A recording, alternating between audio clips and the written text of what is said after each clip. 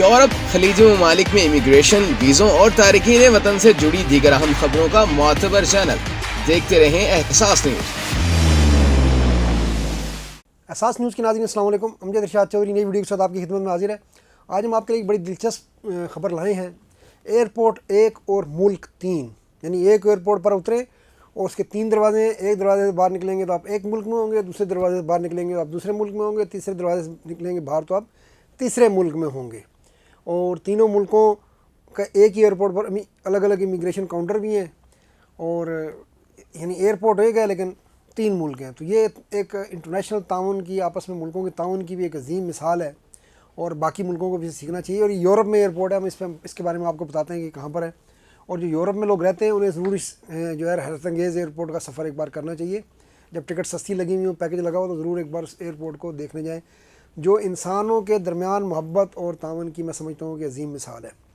تو ناظرین، اس پہ ہم بات کرنے سے پہلے ہم آپ کو بتائیں کہ آپ دیکھتے ہیں تیسری دنیا کے ملک جو ہے وہ کیوں بدحال ہیں، کیوں وہاں پر غربت ہے، کیوں وہاں پر جو ہے وہ معاشی تباہی ہے. تو اس کی سب سے بڑی وجہ یہ ہے کہ وہاں جو ہے وہ ان ملکوں کو آپس میں ایک دوسرے کے خلاف لڑنے، ایک دوسرے کے خلاف سازشیں کرنے سے کوئی فرصت نہیں ہے. اور پھر ایک دوسرے سے لڑائی کے نتیجے میں وہ اپنا سارا پیسہ جو ہے وہ اپنی فوجی طاقت پہ خرچ کرتے ہیں، اور چھوٹی چھوٹی باتوں پر ایک دوسرے سے ان کی جھڑپیں ہوتی ہیں. ایک چوکی بنانے کے اوپر کئی دن لڑتے رہتے ہیں آپس میں، باڑ لگانے پر کئی دن آپس میں لڑتے رہتے ہیں. انسانی جانیں ضائع ہو رہی ہوتی ہیں، دوسری طرف کروڑوں کا اربوں روپے کا اسلحہ پھونک رہے ہوتے ہیں. اسی طرح ایک دوسرے کے خلاف جو ہے سازشیں، دہشت گردی، یہ سب یہ تیسری دنیا کے ممالک جو ہے ابھی تک اس سے باہر نہیں نکلے. تو اگر آپ دوسری جنگ عظیم سے پہلے چلے جائیں 1942 تک، تو یہ یورپ میں بھی یہی صورتحال تھی. اور جب یورپ میں یہ صورتحال تھی تو یورپ بھی اس وقت اسی طرح غربت کا شکار تھا، اسی طرح معاشی بدحالی کا شکار تھا، تاکہ ایک ڈب روٹی کے لیے لوگ جو ہے وہ لڑتے تھے آپس میں. لیکن دوسری جنگ عظیم جب ختم ہوئی تو پھر یورپینز کو سمجھ میں آ گئی. دیکھیں نا، دوسری جنگ عظیم کہاں ہوئی ہے، پہلی جنگ عظیم کہاں ہوئی ہے؟ یورپین ملک ہی آپس میں ایک دوسرے سے لڑے ہیں نا، کوئی باہر سے تو آ کے نہیں لڑا نا ان سے. باقی تو انہوں نے اتحادی بنائے تھے. دوسری جنگ عظیم بھی دیکھ لیں آپ، جرمنی اور اٹلی اور اسپین ایک طرف تھے، اور باقی جو ہے کچھ ملک ان کے اتحادی تھے، کچھ ملک جو ہے برطانیہ اور فرانس کے اتحادی تھے. تو یہ صورتحال دوسری جنگ عظیم تک تو رہی، لیکن دوسری جنگ عظیم میں جو تباہی ہوئی وہ اس نے یورپین اقوام کو یہ بات اچھی طرح سمجھا دی کہ بھائی لڑائی جھگڑے کے نتیجے میں صرف تباہی ہوگی. ہم صدیوں سے ایک دوسرے سے لڑ رہے ہیں، خاص طور برطانیہ اور فرانس کی تاریخ دیکھیں تو اس صدیوں سے آپس میں ایک دوسرے کے خلاف لڑتے ہیں، تو ہمیں کچھ نہیں ملنا. لہٰذا اب ہم جو ہے وہ آپس میں تعاون کریں گے.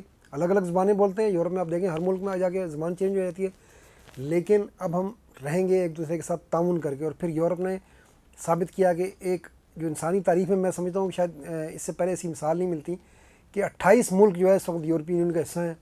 ان کے درمیان کوئی بارڈر نہیں ہے، ان کے درمیان کوئی شریعت کا مسئلہ نہیں ہے. ان 28 ملکوں کا شہری کوئی کسی دوسرے ملک میں جا کے رہ لے، کوئی مسئلہ نہیں ہے. بارڈر پہ کوئی مسئلہ نہیں ہے. ایک ٹاؤن، آدھا ٹاؤن ایک ملک میں آ رہا ہے، آدھا ٹاؤن دوسرا ہے. وہاں کوئی فوجی چوکی نہیں ہے، وہاں کوئی باڑ نہیں ہے، وہاں کوئی درمیان لڑائی نہیں ہے، جھگڑا نہیں ہے کسی کا.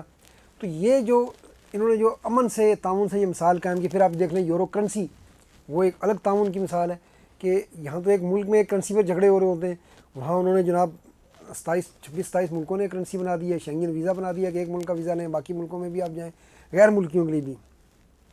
تو یہ جو ایئرپورٹ ہے جس کی ہم بات کر رہے ہیں، یہ ایئرپورٹ بھی اس طرح کے ایک تعاون کی مثال ہے، اور یہ بھی دوسری جنگ عظیم کے بعد اس لیے بنایا گیا تھا. اس ایئرپورٹ کا نام ہے جی بیسل ملہاؤس فریبرگ.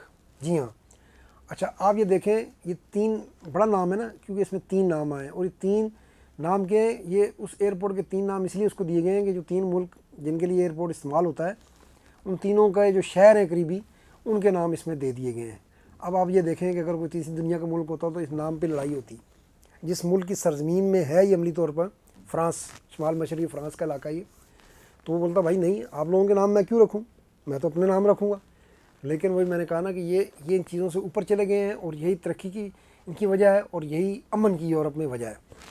تو بہرحال اب ہم اپنے موضوع کی طرف آتے ہیں. تو یہ جناب علی، یہ اس ایئرپورٹ کا نام جیسے کہ بنایا کہ بیسل ملہاؤس فریبرگ. تو یہ سوئس شہر بیسل ہے اس کے قریب، فرانس کا شہر ملہاؤس ہے، اور جرمنی کا شہر فریبرگ. چھوٹے چھوٹے شہر ہیں. تو یہ تینوں شہروں کے ناموں کے ساتھ اس ایئرپورٹ کا مشترکہ نام دیا گیا ہے.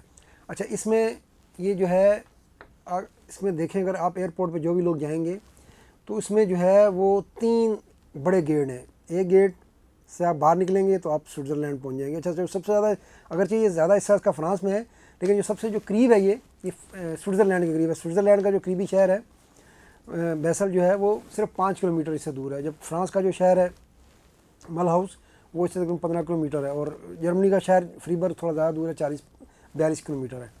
تو یہ 3 گیٹ اس میں بنائے گئے ہیں. اگر آپ ایک گیٹ پہ اتریں گے تو آپ کو وہاں جرمن امیگریشن اور کسٹم جو ہے وہ آپ کو ڈیل کرے گی.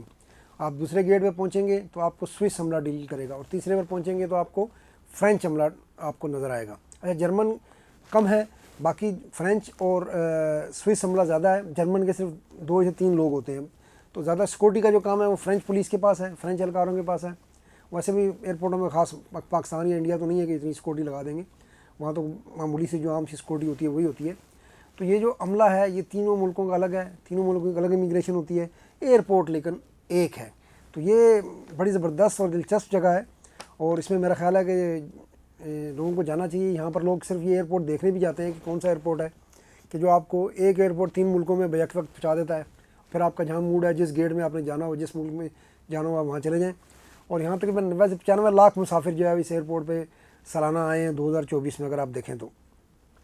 اور یہاں جو کافی شاپس ہیں, یہ باقی شاپس ہیں, ان پہ آپ یورو بھی چلتی ہے اور سوئس فرانک بھی چلتا ہے. تو یہ آپ دیکھیں کہ کس طرح یورپی معاشرے نے, یورپی اقوام نے اپنے آپ کو جو ہے وہ اس مہذب دنیا میں اپنا نام جو ہے بنایا ہے. یہ ایک دلچسپ مقام ہے, اور میں پھر وہی کہوں گا کہ جو یورپ میں رہتے ہیں ان کو تو یہ سہولت ہے, کبھی چھٹی ہو تو اس ایئرپورٹ کو دیکھنے وہ ضرور جائیں, اور پھر وہ ویڈیو بنا کر ہمیں بھی بتائیں کہ جناب انہوں نے وہاں اس کو کیسا پایا ہے. تو آج کے لیے اتنا, انشاءاللہ پھر ملیں گے. اللہ حافظ.